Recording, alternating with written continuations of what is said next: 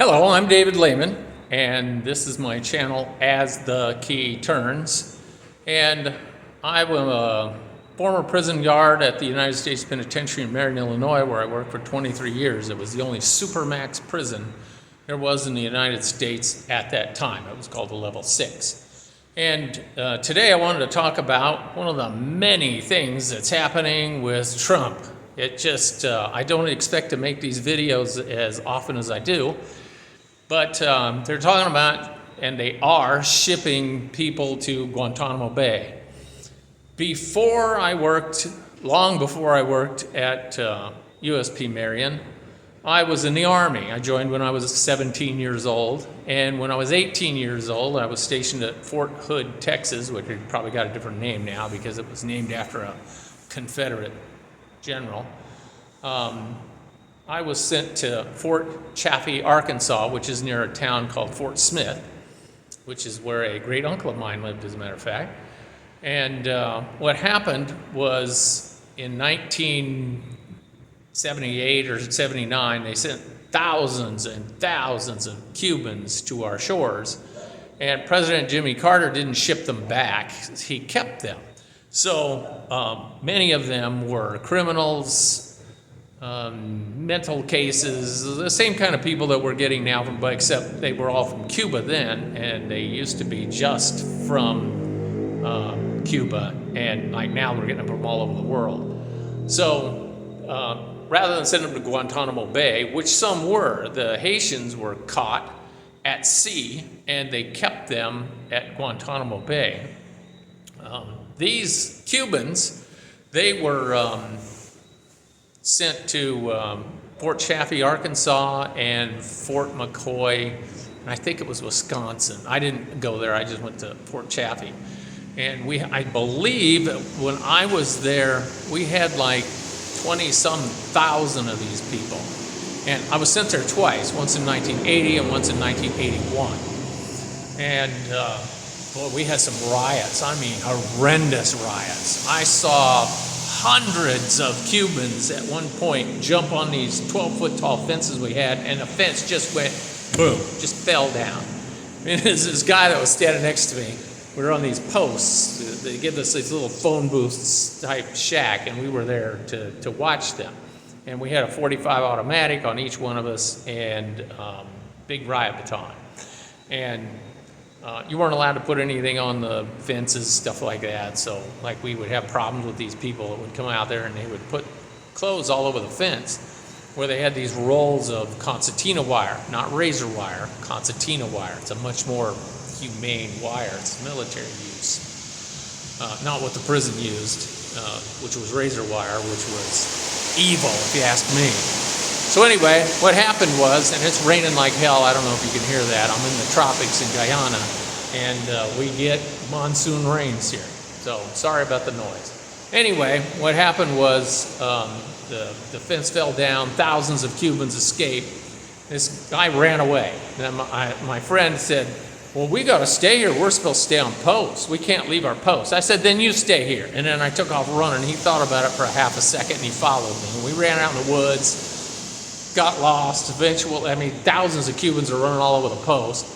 Eventually, we went and knocked on some guy's door and like, hey man, do you know where we're supposed to be? Where's the Army base? You know, it's like, yeah, there's this giant riot going on, and so we ran away and we don't know where we're at. I can't even imagine what this poor farmer felt like. Two soldiers just come knock on his door and, you know, hey, could you help us out? So that's what happened. Another riot that I was involved in, because we had lots of riots from the Cubans. Another riot that I was involved in at Fort Chaffee was at the stockade. The stockade was run by these guys called the Bureau of Prisons, and I was really impressed with them because the Bureau of Prisons, they had these big long towers, they're big tall towers and shotguns, and when the rioters rushed our line, we were there with just riot batons, but behind us was guys with rifles and bayonets. So they were taking it pretty serious. And when they rushed at us, the towers with shotguns fired over our heads and over the heads of the rioters. and told them that, in Spanish, that if they rushed our line, they would start killing people. So what they did is they turned around, they went back into the stockade area, and they just tore down the buildings. And one of these Cuban guys took a chunk of wood, just a block of wood like this, and he threw it. I seen him do it, and it went sailing through the air. And I thought, hey, I think that's gonna, and then I thought, hit me.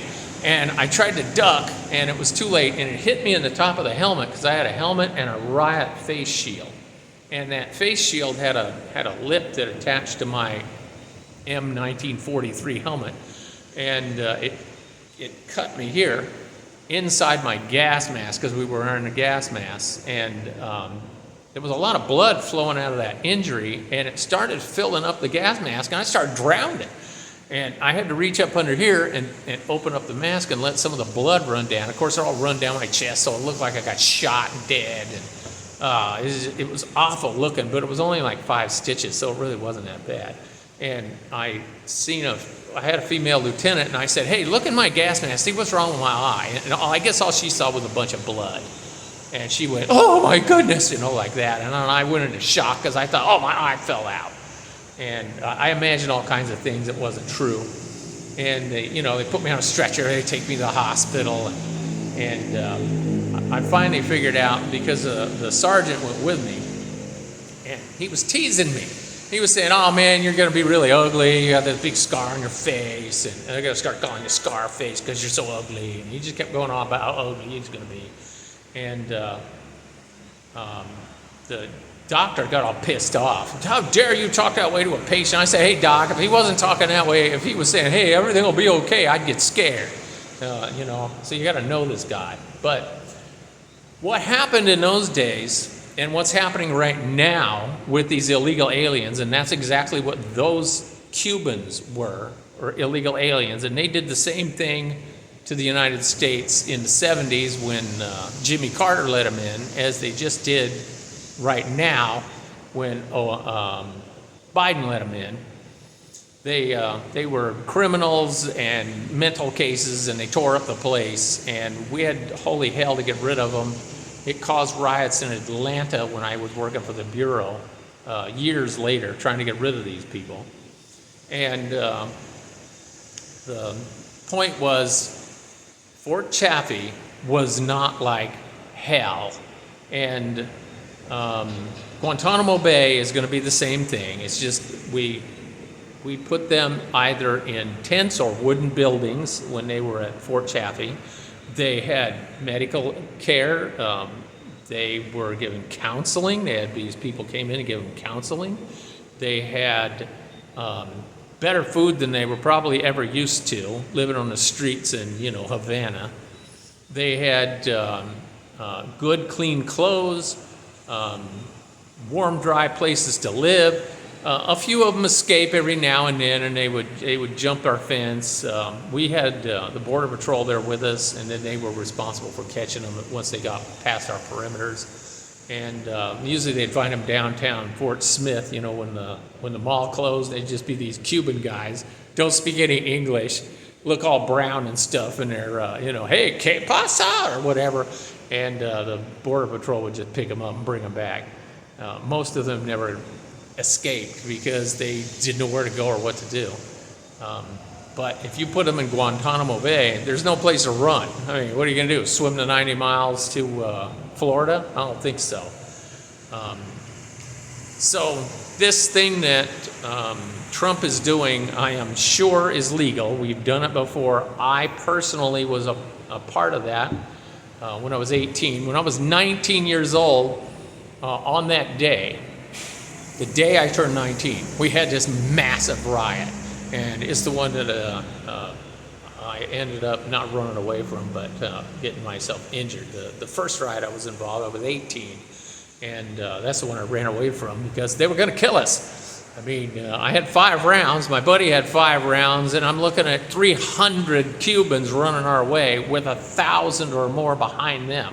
It's like, nothing we could do except unass the area. And as far as the people that we dealt with then are the same people you're dealing with now, we had child molesters, mental cases. Them Cubans, I saw them pick up stones and fling them like baseballs. Like I could tell that rock was moving at least 90 miles an hour, trying to cave in his colleague's head, or they would fling stuff at us. And I remember one time the Cubans came out and they were chucking rocks at us, and I took my big riot baton and I was whacking them back, and I ended up whacking a Cuban. And I think they took him to the infirmary or something. Stupid ass throwing rocks at me. I hit one. It went through the chain link fence and popped him one up the side of the head. Pretty damn funny. We all were laughing about it. Because, they were out there throwing rocks at us, and I got one back.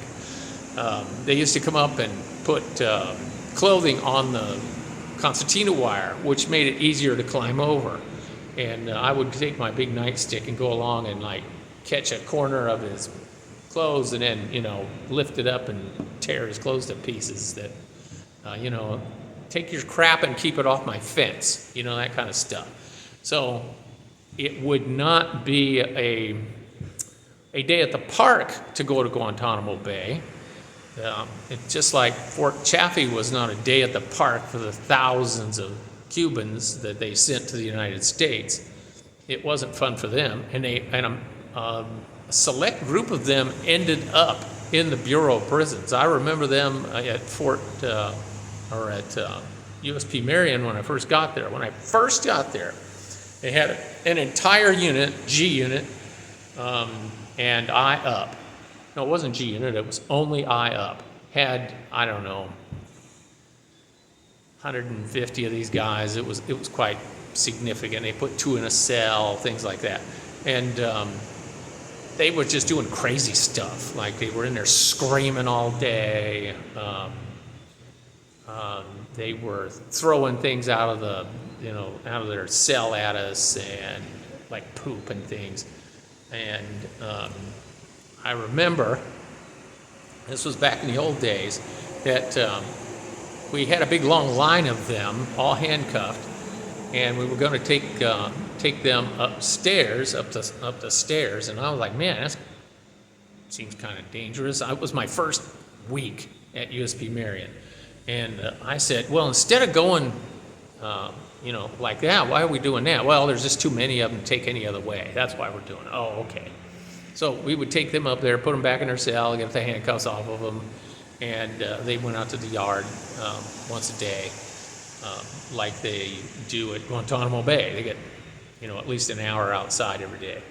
So one time we only had one guy. We took him to the infirmary to be looked at, and then when we were taking him back, I said, hey, let's not go up the stairs, let's take him in the elevator. And he heard the word elevator, and he falls down to his knees, and he started crying, no, me good, Cubano, no, me good, and stuff like that. And I'm like, what the hell is wrong with this guy? And the guy that I'm with, great big monster guy, because I'm like the smallest human that they hired at USP Marion. I'm 5'9", and I weigh 150 pounds. I'm the smallest guy that they've hired there. So Cuban freaks out and starts begging me not to put him into the elevator. And this great big guy that I'm with gets really angry, and he looks at me and he goes, no, man, we're not going to do that. And he just gives me like this killer eyes, like, how dare you say that, that kind of shit. And I'm like, what the hell is going on? So we finally calm him down, tell him, okay, we're not going in an elevator. And then we take him up the stairs and we put him away, just like we did the big long line of them.